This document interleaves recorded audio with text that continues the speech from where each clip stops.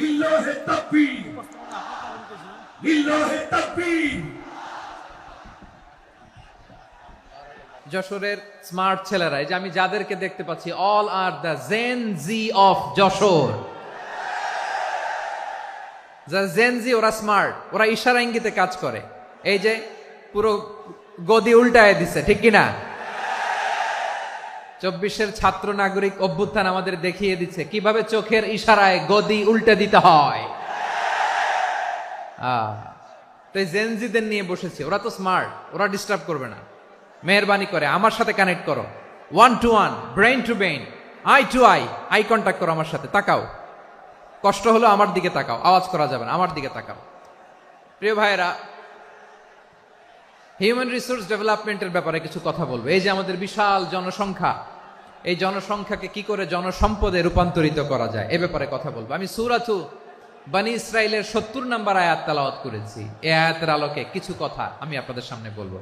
আল্লাহ তাআলা ইরশাদ করছেন, ওয়ালাকাদ কাররামনা বনী আদম ওয়া হামালনাহুম ফিল বাররি ওয়াল বাহরি ওয়া রাযাকনাহুম মিনাত তাইয়্যিবাত ওয়া ফাদ্দালনাহুম আলা কাসীরিম মিম্মান খালাকনা তাফদীলা। পড়েন আল্লাহু আকবার। রব্বুল আলামিন বলেন, ওয়ালাকাদ কাররামনা বনী আদম, আমি বনী আদমকে সম্মানিত করেছি, বনী আদমকে মর্যাদা দিয়েছি। ওয়া হামালনাহুম ফিল বাররি ওয়াল বাহর, বনী আদমকে জলে স্থলে, স্থলে এবং সমুদ্রে চলাচলের বাহন দিয়েছি। ওয়া রাযাকনাহুম মিনাত তাইয়্যিবাত, তাদেরকে পবিত্র রিজিকের বন্দোবস্ত করেছি। ওয়া ফাদ্দালনাহুম আলা কাসীরিম মিম্মান খালাকনা তাফদীলা, আর আমি আল্লাহ যাদেরকে সৃষ্টি করেছি তাদের মধ্য থেকে বনী আদমকে আমি শ্রেষ্ঠ বানিয়েছি। আমরা শ্রেষ্ঠ, আমরা আশরাফুল মাখলুকাত। আমরা কি? এই যে এমনি চিল্লাচিল্লি করে, জিজ্ঞেস করলে বলে না। আমরা আশরাফুল মাখলুকাত। আমরা কি? শ্রেষ্ঠ, সবার চেয়ে সেরা। আমাদের মতো করে আল্লাহ কাউকে বানায় নাই। দুই পায়ে ভর করে, শির দ্বারা এরকম স্ট্যান্ড রেখে মাথা উঁচু করে দাঁড়াতে পারে এরকম কোন প্রাণী পৃথিবীতে আছে? এজন্য আল্লাহ বলেন, ওয়ালাকাদ কাররামনা বনী আদম, আমি বনী আদমকে সম্মানিত করেছি, তাদেরকে আমি মর্যাদা দিয়েছি। তাদেরকে আমি যত মর্যাদা দিয়েছি আমার কোন সৃষ্টিকে এত মর্যাদা দেই নাই। পড়েন সুবহানাল্লাহ। I have dignified the status of the sons of Adam. আদমের সব সন্তানের মর্যাদা আমি বাড়িয়েছি। আল্লাহ এখানে বলেননি ওয়ালাকাদ কাররামনাল মুমিনিন, আমি মুমিনের মর্যাদা বাড়িয়েছি, বলেছেন? আল্লাহ এখানে বলেন নাই ওয়ালাকাদ কাররামনাল মুসলিমিন, আমি মুসলিমের মর্যাদা বাড়িয়েছি। আল্লাহ বলেছেন ওয়ালাকাদ কাররামনা বনী আদম, আমি বনী আদমের সম্মান বাড়িয়েছি। হোক সে মুমিন কিংবা কাফের, মুসলিম কিংবা মুশরিক, আস্তিক কিংবা নাস্তিক, আরব কিংবা অনারব, যেই হোক না কেন, আদম সন্তান সবগুলার মর্যাদা বাড়ায় দিয়েছে কে? সবার মর্যাদা আল্লাহ বাড়িয়েছে। মানুষ হিসেবে মর্যাদা। বিশ্বনবী সাল্লাল্লাহু আলাইহি ওয়াসাল্লাম ইহুদির লাশ দেখে দাঁড়িয়ে গেলেন। কার লাশ? আমার যশোরের ভাইয়েরা আওয়াজ করে বলুন, কার লাশ? ইহুদির লাশ দেখে দাঁড়ায় গেলেন। সাহাবারা বললেন, ইয়া রাসূলুল্লাহ, আপনি দাঁড়ালেন যে, এটা তো ইহুদির লাশ।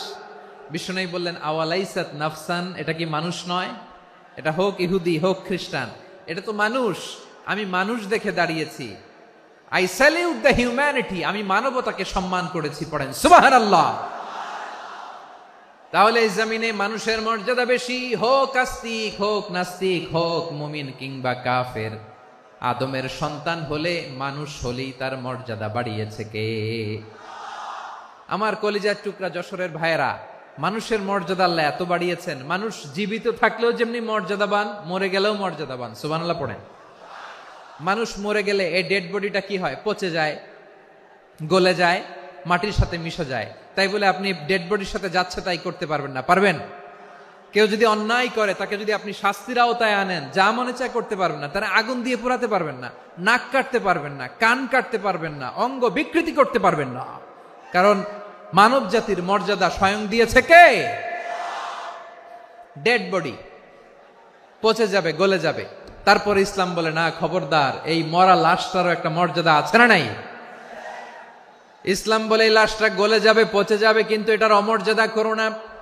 কর্পূর দিয়ে, খেজুর পাতা দিয়ে এটাকে ওয়ার্ম ওয়াটার দিয়ে, গরম পানি দিয়ে ধৌত করো, সাদা শুভ্র ধবধবে কাপড় দিয়ে লাশটাকে তুমি কাভার করো, তারপরে খাটিয়ার মধ্যে লাশটাকে রেখে বিশাল একটা প্রোগ্রাম করো, একটা ফিউনারাল প্রোগ্রাম করো। ওই প্রোগ্রামের ডানে বায়ে পেছনে লাশটারে রাখলে হবে না, প্রোগ্রামের একেবারে সামনটাতে তুমি লাশটাকে রাখো। সুবহানাল্লাহ। একটা ফিউনারাল প্রোগ্রাম করতে হবে, তাকে শেষ বিদায় জানাতে হবে, যেটাকে আমরা জানাজা বলি। কি বলি? জানাজা মানে মাইয়েতের জন্য দোয়া, তার জন্য দোয়া করা হয়, তাকে একটা সিস্টেমেটিক অর্ডারে কবরে রাখা হয়, সুন্দরভাবে সেটাকে কবরস্থ করা হয়, মাটি দেয়া হয়, পানি দেয়া হয়। তার মানে মরে গেল মানুষের সম্মান বাড়ায় দিয়েছে কে? এজন্য আল্লাহ বললেন ওয়ালাকাদ কাররামনা বানি আদম, বনি আদমের সম্মান মর্যাদা আমি আল্লাহ বাড়িয়ে দিয়েছি। মানুষের সম্মানে তুমি কখনো আঘাত করো না, ঠিক কিনা? তাহলে ভাই, প্রথম মেসেজ হচ্ছে, the first and foremost message tonight to the people of Jessore. আল্লাহ বলেন, I have dignified the status of son of Adam. আমি বনি আদম সবার মর্যাদা বাড়িয়ে দিয়েছি, হোক আস্তিক নাস্তিক, হোক কাফের কিংবা মুশরিক, তার মর্যাদা বাড়াই দিছে কে? যখন বন্যা হয়, আমরা ত্রাণ নিয়ে যাই, আমরা শুধু মুসলমানদেরকে ত্রাণ দেই নাকি? হ্যাঁ, আমরা মুসলমানকেও দেই, অমুসলমানকেও দেই, হিন্দুকেও দেই, বৌদ্ধকেও দেই। যেখানেই মানবতা বিপন্ন, সেখানে ইসলামের হেল্পিং হ্যান্ড আছে না নাই? সুবহানাল্লাহ। কি দিন আমরা পেয়েছি, কি বিধান আমরা পেয়েছি। ওয়ালাকাদ কাররামনা বানি আদম, আমি বনি আদমকে সম্মানিত করেছি। এরপর আল্লাহ বললেন, ওয়া হামালনাহুম ফিল বাররি ওয়াল বাহর, মানুষকে স্থলে এবং সমুদ্রে চলাচলের বাহন আমি দিয়েছি। স্থলে কিভাবে চলবে, জলে কিভাবে চলবে, এই বাহনের ব্যবস্থা করেছে কে? এই জেনজি, এই সামড়া, ইরাম করতেছ কিসের জন্য? হ্যাঁ, ইরাম করলে চলবি? হ্যাঁ, বস বস বস বস। আওয়াজ করতেছো কেন? দিবানা, কথা বলতে দিবানা আমাকে? তো এইটা বুঝি তোমাদের ভালোবাসার নমুনা? তোমাদের ভালোবাসার কারণে যদি আমি কোথাও দাঁড়াতেই না পারি, কোথাও বসতে না পারি, কোথাও দুটা কথা বলতে না পারি, এই ভালোবাসা দিয়ে কি হবে আমার? বরং ঘামতে ঘামতে ঘর্মাক্ত হব, রক্তাক্ত হব। কিন্তু সেন্ট্রাল থেকে, সেন্ট্রালি যে ইনস্ট্রাকশন আসবে, সেই ইনস্ট্রাকশনের এক চুল আমরা ডানে বায়ে যাব না। এইটা গণজাগরণের জন্য এইটা দরকার, ইসলামী বিপ্লবের জন্য এইটা দরকার। তো আধা ঘন্টা ধরে যদি তোমাদেরকে থামানোই না যায়, এই লস্কর দিয়ে আমি কি করব? আল্লাহর ওয়াস্তে নো নো নো স্লোগান, চুপচাপ একেবারে আমার দিকে তাকাও। আল্লাহ বললেন, ওয়া হামালনাহুম ফিল বাররি ওয়াল বাহর, জলে স্থলে আমি চলাচলের যানবাহনের ব্যবস্থা করেছি। আমরা স্থলে ঘোড়ার উপরে চড়ি, উটের উপরে চড়ি, গাড়ির উপরে চড়ি। এই যে গাড়ির ইঞ্জিন বানাইছি আমরা, এটার মেধা দিয়েছে কে? আবার সাগরের মধ্যে আমরা নৌযান, জলযান, বড় বড় জাহাজ দিয়ে এক মহাদেশ থেকে আরেক মহাদেশ যাই, এক দেশ থেকে মালামাল গুলো আরেক দেশে পাঠাই। সাগরের ভেতরে নৌকাগুলোরে ধরে রাখলো কে?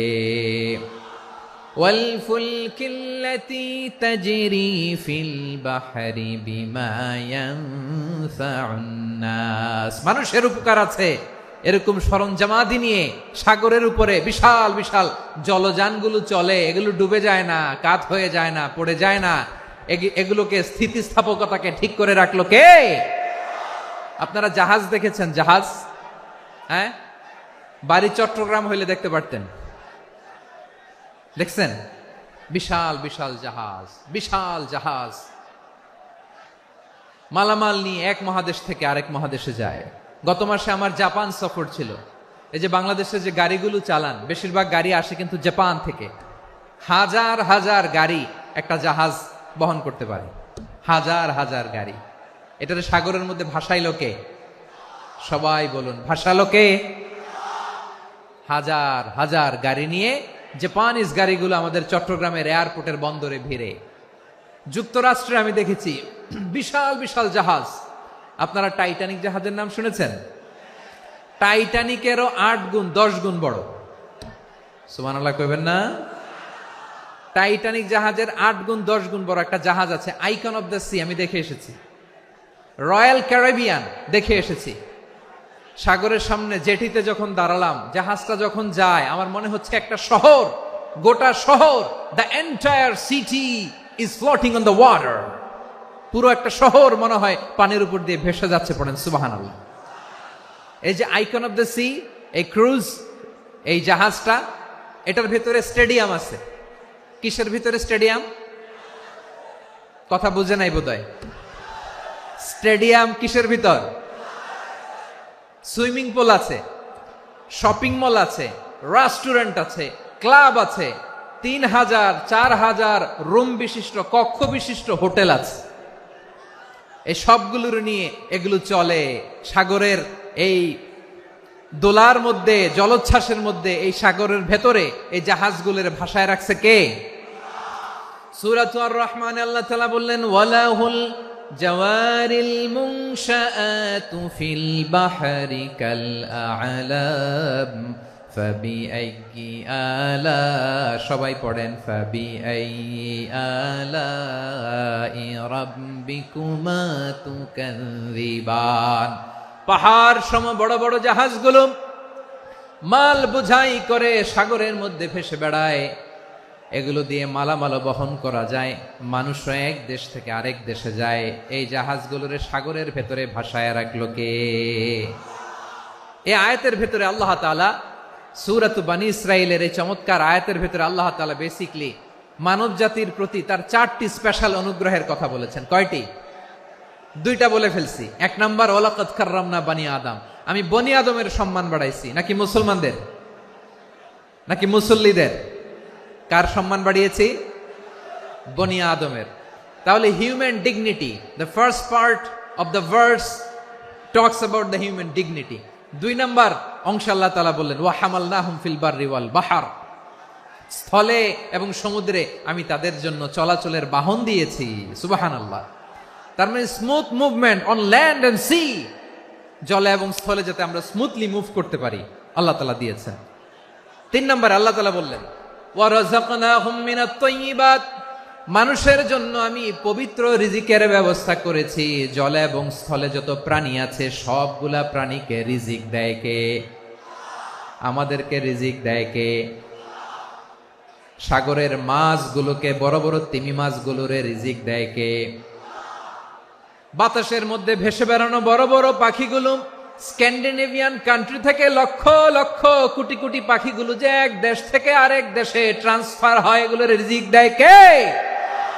রব্বুল আলামিন বলেন, ওয়ামা মিন দাব্বাতিন ফিল আরদি ইল্লা আলাল্লাহি রিজকুহা ওয়া ইয়ালামু মুস্তাকাররাহা ওয়া মুস্তাওদাআহা কুল্লুম ফি কিতাবিম মুবিন। আল্লাহু আকবার। রব্বুল আলামিন বলেন, ভূপৃষ্ঠে বিচরণশীল যত প্রাণী আছে সব প্রাণীগুলোকে আমি আল্লাহ আমার নিজের কুদরতে রিজিকের বন্দোবস্ত করি।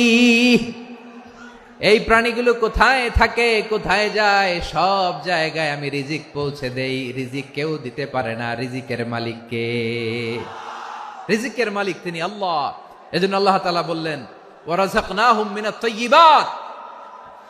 এরপর আল্লাহ বললেন, ওয়া ফাদ্দালনাহুম আলা কাসীরিম মিম্মান খালাকনা তাফদীলা। আমি যত প্রাণী সৃষ্টি করেছি সকল প্রাণীর মধ্যে মানুষের মর্যাদা, শ্রেষ্ঠত্ব আমি দিয়েছি। সুবহানাল্লাহ পড়েন। তাহলে 1 নম্বরে আল্লাহ বললেন, আমি বনি আদমের মর্যাদা বাড়ালাম। এরপরে বললেন, স্থলে এবং সমুদ্রে চলাচলের জন্য যানবাহন দিলাম। 3 নম্বরে আল্লাহ বললেন, পবিত্র রিজিকের ব্যবস্থা করে দিলাম। এরপরে আল্লাহ বললেন, যত প্রাণী আছে, সৃষ্টি আছে, সবগুলার উপরে আমি মানুষকে শ্রেষ্ঠত্ব দিলাম। সুবহানাল্লাহ। তাহলে সবচেয়ে বেশি শ্রেষ্ঠত্ব মানুষের। কার? মানুষের। শুধু তাই নয় প্রিয় ভাইরা, আকাশ এবং জমিনে যা কিছু আছে সবকিছু মানুষের জন্য, মানুষের কল্যাণে, মানুষের প্রয়োজনে, মানুষের বশীভূত করে সৃষ্টি করেছেন কে?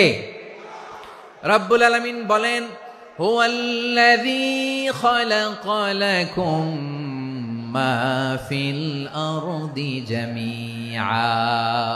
এই জমিনের মধ্যে যা কিছু আমি আল্লাহ সৃষ্টি করেছি সব কিছু আমি মানুষের জন্য সৃষ্টি করেছি। পড়েন সুবহানাল্লাহ। হুয়াল্লাযী খালাকা লাকুম মা ফিল আরদি জামিআ, যা আছে সব আমাদের জন্য, সব আমাদেরকে সার্ভিস দেওয়ার জন্য, আমাদের উপকারের জন্য, আমাদের কল্যাণের জন্য। আওয়াজ করে সবাই পড়ুন আল্লাহু আকবার। অন্য আয়াতে আল্লাহ বললেন, ওয়াসাখখারা লাকুম মা ফিস সামাওয়াতি ওয়া মা ফিল আরদি জামিআম মিন ইন্না ফি যালিকা লাআয়াতিন লিকাউমি ইয়াতাফাক্কারুন।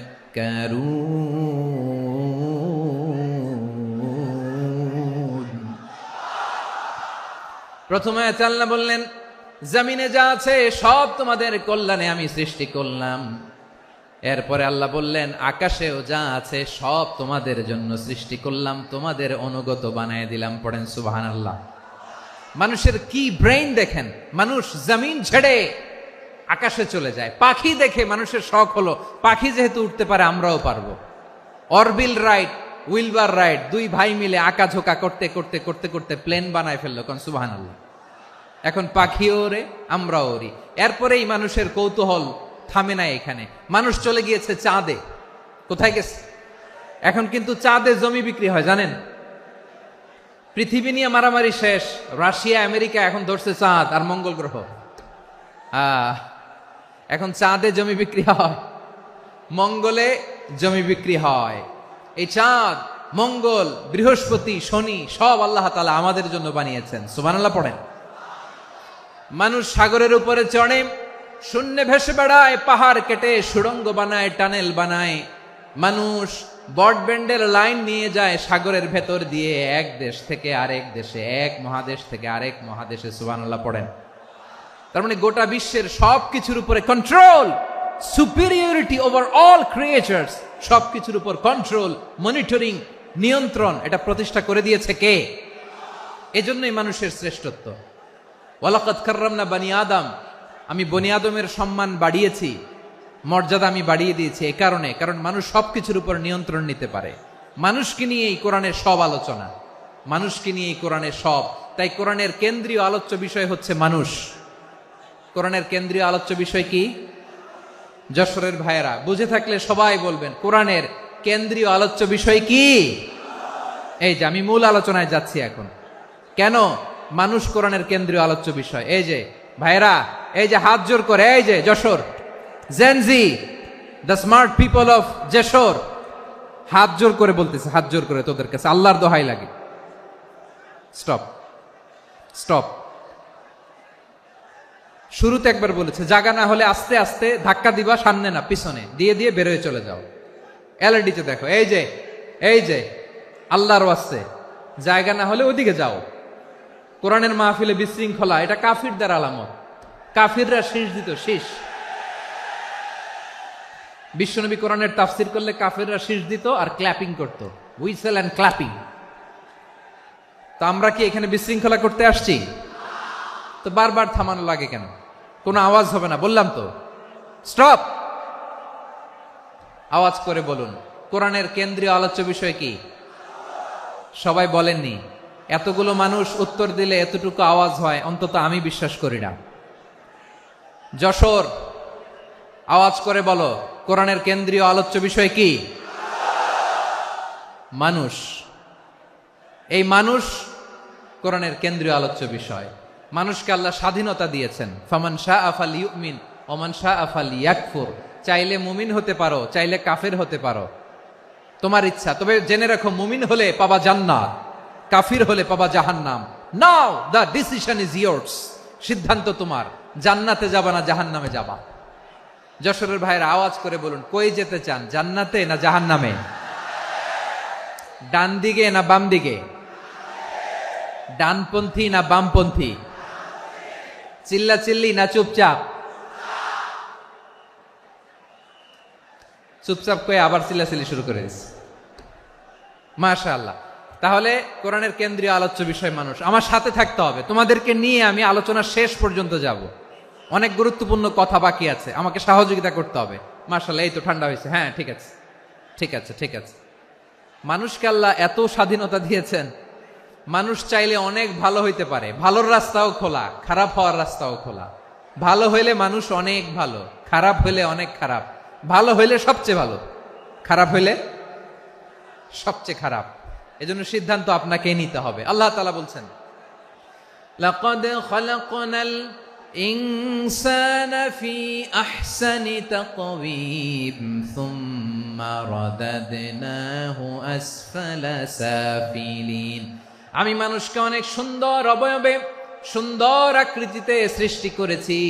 তার শুধু চেহারার ডিজাইনটাই সুন্দর নয়, তার ব্রেনটা বড্ড সুন্দর, তার মানসিকতা বড্ড সুন্দর, তার সৃজনশীলতা বড্ড সুন্দর। পড়েন সুবহানাল্লাহ।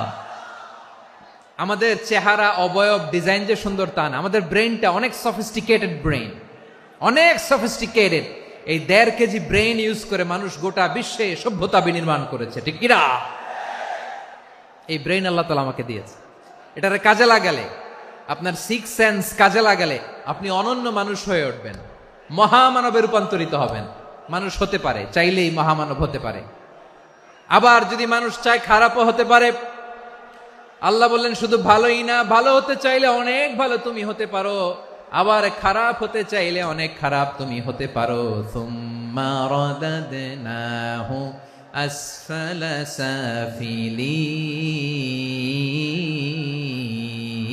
সাফিলিন। খারাপ হলে একেবারে খারাপ হতে পারো, নিকৃষ্ট হলে একেবারে নিকৃষ্ট হতে পারো, ভালো হলেও ভালো হতে পারো। কোন সুবহানাল্লাহ। এবার আওয়াজ করে বলুন, ভালো হতে চাই না খারাপ? শ্রেষ্ঠ না নিকৃষ্ট? মানুষ ভালো হলে মানুষ ফেরেশতার চেয়েও ভালো, মানুষ খারাপ হলে সে পশুর চেয়েও খারাপ। কথা ঠিক কিনা বলেন? ভালো হলে ফেরেশতার চেয়েও ভালো, খারাপ হলে পশুর চেয়েও নিকৃষ্ট। তার মানে শ্রেষ্ঠত্বে মানুষ, শ্রেষ্ঠত্বে ফেরেশতাকে হার মানায়, আর অধপতনে শ্রেষ্ঠত্বে ফেরেশতাকে ছাড়িয়ে যায়, আর অধপতনে পশুকেও হার মানায়। আই রিপিট, আমি আবারও বলছি, মানুষ শ্রেষ্ঠত্বে ফেরেশতাকে ছাড়িয়ে যায়, আর অধপতনে সে পশুকেও হার মানায়। আওয়াজ করে বলতে হবে ঠিক কিনা? এটার প্রমাণ কি? মানুষ শ্রেষ্ঠ হইলে যে ফেরেশতার চেয়েও সেরা, তার প্রমাণ কি? আল্লাহ তাআলা বলছেন, ওয়া ইয কুলনা লিল মালাইকাতি ইসজুদু লি আদম ফাসাজাদু ইল্লা ইবলিস আবা ওয়াস্তাকবারা ওয়া কানা মিনাল কাফিরিন। আল্লাহ বলেন, স্মরণ করো সে সময়ের কথা যখন আমি ফেরেশতাদেরকে বললাম, ও ফেরেশতারা আদমকে সেজদা দাও। সব ফেরেশতারা সম্মান সূচক সেজদা আদমকে দিল।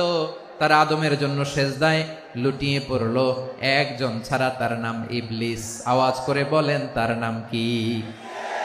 সে অহংকার প্রদর্শন করলো, সে কাফের হয়ে গেল। বাকি সব ফেরেশতারা সেজদা দিল। সুবহানাল্লাহ। আবার আদম আলাইহিস সালামকে আল্লাহ জিজ্ঞেস করলেন, সব বলে দিল উত্তর, কিন্তু ফেরেশতাদেরকে একই প্রশ্ন জিজ্ঞেস করলেন, তারা উত্তর করতে পারে নাই। তার মানে এর মধ্য দিয়ে প্রমাণিত হয়, মানুষ ভালো হলে ফেরেশতার চেয়েও ভালো, ফেরেশতার চেয়েও মানুষের মর্যাদা বাড়িয়ে দিয়েছে কে? সব নূরের ফেরেশতা যখন মাটির আদমকে সেজদা দেয়, এটা প্রমাণ করে ফেরেশতার চেয়েও মানুষের মর্যাদা বাড়িয়ে দিয়েছে কে? তুমি মাটির আদমকে প্রথম সৃষ্টি করিয়া ঘোষণা করিয়া দিলে শ্রেষ্ঠ বলিয়া, তাই তো নূরের ফেরেশতা করে আদমকে সেজদা। ঠিক কিনা বলেন? তাই তো নূরের ফেরেশতা করে আদমকে সেজদা। সবার চেয়ে সম্মান দিলে মাটির আদমকে। আল্লাহু আল্লাহু তুমি জাল্লে জালালুহু, শেষ করা তো যায় না গে তোমার গুণগান। পড়েন না? পড়েন। আল্লাহু আল্লাহু তুমি জাল্লে জালালুহু, শেষ করা তো যায় না গে তোমার গুণগান। আল্লাহু আল্লাহু আল্লাহু আকবার। আদমের মর্যাদা বেশি, মানুষের মর্যাদা বেশি। মানুষ শ্রেষ্ঠ তার প্রমাণ, নূরের ফেরেশতা মাটির আদমকে সেজদা করে আওয়াজ করে বলেন ঠিক কিনা। তাহলে মানুষ ভালো হলে ফেরেশতার চেয়ে ভালো। আবার মানুষ যদি খারাপ হয় সে পশুর চেয়েও খারাপ, অধপতনে পশুত্বকে হার মানায়। তার প্রমাণ কি? তার প্রমাণ হচ্ছে যশোরের ভাইরা দেখবেন পত্রিকায় নিউজ পেপারে মাঝে মাঝে এরকম দেখা যায়, এক মানুষ আরেক মানুষকে হত্যা করে 20 টুকরা করে বস্তার ভেতরে ভরেছে। আপনারা এই নিউজ পড়েন নাই না? দেখেন নাই? দেখছেন? মানুষ মানুষকে হত্যা করে কয় টুকরা? জোরে বলেন। এখানেই ক্ষান্ত হয় না, আবার কোথায় ভরছে? বস্তার ভেতরে। আচ্ছা, বুঝে থাকলে আওয়াজ করে বলেন, কোনদিন শুনছেন একটা হাতি আর একটা হাতিকে হত্যা করে 20 টুকরা করছে, এরপরে বস্তার ভিতরে ভরছে? হয়েছে? তাহলে দেখেন, মানুষ যদি খারাপ হয় সে পশুকেও হার মানায়। চিল্লায় বলো ঠিক কিনা। এমনও দুশ্চরিত্র মানুষ আছে যার নজর থেকে 6 মাসের ছোট্ট মেয়ে থেকে শুরু করে 80 বছরের বৃদ্ধারাও নিরাপদ নয়। পশুকেও হার মানে। মানুষের ঘর জ্বালিয়ে পুড়ে মেসাকার করে দেয়, জনপদের পর জনপদ জ্বালায় দেয়, এরকম আছে না নাই? তাহলে আমরা বুঝলাম মানুষ ভালো হলে অনেক ভালো, খারাপ হলে অনেক খারাপ। ও আমার কলিজার টুকরা যশোরের ভাইয়েরা, আসুন না 3 দিন ব্যাপী এই তাফসিরুল কোরআনের ঐতিহাসিক প্রোগ্রাম থেকে আমরা সিদ্ধান্ত নেই, আমরা ভালো মানুষ হব নাকি খারাপ মানুষ হব। কলিজা থেকে, প্রাণ থেকে আওয়াজ করে সবাই বলুন, ভালো মানুষ নাকি খারাপ মানুষ? ভালো মানুষ হইতে হবে।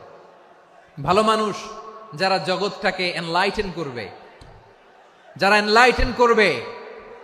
যারা সত্যের বীর সেনানী হয়ে দাঁড়াবে, যারা সত্যের পক্ষে কথা বলবে, যারা জালিমের মসনদকে ভেঙে খান খান করে দেবে। এরকম হওয়ার দরকার আছে না নাই? এরকম ভালো মানুষ আমরা হতে চাই কি চাই না? মানুষকে যত্ন নিলে মানুষ যে কত ভালো হয় আপনি কল্পনাও করতে পারবেন না। এই যে আপনাদের যশোরে যে ভালো ছেলেগুলো আছে, যে ভালো তরুণগুলো আছে, যে যুবকগুলো আছে, যে ভালো আলেমরা আছে, ভালো নেতারা আছে, সবাই যদি তাদের মতো হতো, পুরো যশোরটা একটা জান্নাতের টুকরা হয়ে যেত। আওয়াজ করে বলেন ঠিক কিনা। মানুষকে নার্চারিং করলে, মানুষকে পলিশ করলে, মানুষকে গ্রুমিং করলে, মানুষকে সঠিক তারবিয়া দিলে মানুষ অনন্য হয়ে ওঠে। প্রতিটি মানুষ অনন্য। আমি অনন্য, আপনি অনন্য, আমরা সবাই অনন্য। সুবহানাল্লাহ বলেন। মানুষকে আল্লাহ তাআলা দিয়েছেন অসীম ক্ষমতা। সুবহানাল্লাহ। একটা মানুষ পারে না এমন কিছু নাই। বিশ্বাস করতে হবে, মানুষ যা কল্পনা করতে পারে ওইটা মানুষ করে দেখাতে পারে। যশোরের ভাইয়ের, আই রিপিট, আমি আবারও বলছি, এই চিল্লাচিল্লি করলে আমার এই গুরুত্বপূর্ণ কথা তোমরা মিস করবা। কপাল পড়া হয় না, আওয়াজ করে কপাল পড়া হবে না। আমার দিকে তাকাও। মানুষ যা কল্পনা করতে পারে সেটা মানুষ করে দেখাতে পারে। তুমি তোমার কল্পনার রাজ্যকে সাজাও, তোমাকে হারাতে পারে এমন কোন শক্তি আল্লাহর জমিনে নাই। তোমার কি শক্তি, কি সম্ভাবনা তুমি জানোই না মিয়া। তুমি এদিকে তাকাও কেন? তোমার রাস্তা তো ওই দূরে। তুমি কোথায় যাবে, আল্লাহ তোমার টেনে কোথায় নিয়ে যাবে তুমি কিছুই জানো না। প্ল্যান বিগ, ড্রিম বিগ, কল্পনার শক্তিকে বড় করো। মানুষ যা কল্পনা করতে পারে মানুষ তা করে দেখাতে পারে। মানুষের কাছে অসাধ্য কিছু নাই, মৃত্যু ছাড়া, এক্সেপ্ট ডেথ। মৃত্যু ছাড়া মানুষ সবকিছুকে জয় করতে পারে। মৃত্যু ছাড়া যে কোনো অসাধ্যকে সাধন করার ক্ষমতা মানুষকে দিয়ে দিয়েছে কে? হারার জন্য তোমার জন্মই হয় নাই, তোমার জন্ম হয়েছে জিতার জন্য, বিজয়ের জন্য তোমার জন্ম। মানুষের শুরুটাই হয় বিজয় দিয়ে। যশোর, আওয়াজ করে বলো, মানুষের শুরু হয় কি দিয়ে? আমরা যখন আমার পিতার পৃষ্ঠদেশে ছিলাম, পিতার পৃষ্ঠদেশ থেকে শুক্রাণু যখন মায়ের গর্ভদেশে যেয়ে পড়ে, কতটা শুক্রাণু ভ্রমণ শুরু করে জানো? 20 কোটি শুক্রাণু। একবার সিমেন আউট হলে সেখানে 20 কোটি শুক্রাণু থাকে, ভ্রমণ শুরু করে। ওই 20 কোটি শুক্রাণুর মধ্য থেকে তুমি আমি আজকে এক বিকশিত শুক্রাণু মানব রূপে পৃথিবীতে এসেছি, সুবহানাল্লাহ। ওই 20 কোটি শুক্রাণুর প্রতিযোগিতায় সবাইরে পেছনে ফেলে সেদিন আমি সফল হয়েছিলাম, সেদিন আমি বিজয়ী হয়েছিলাম। সেদিন আমি এত ছোট ছিলাম, মাইক্রোস্কোপ দিয়েও আমার অস্তিত্ব টের পাওয়া যায় না। আমি এত তুচ্ছ ছিলাম, নগণ্য ছিলাম, আমার কান ছিল না, আমার চোখ ছিল না, আমার হাত ছিল না, আমার জন্য রিকমেন্ডেশন করার মতো মামু ছিল না, খালা ছিল না, কেউ ছিল না। তারপরেও ওই প্রতিযোগিতায়, ওই কম্পিটিশনে যখন আমারে কেউ হারাতে পারে নাই, আল্লাহর জমিনেও আমারে কেউ হারাতে পারে না। হারার জন্য তোমার জন্ম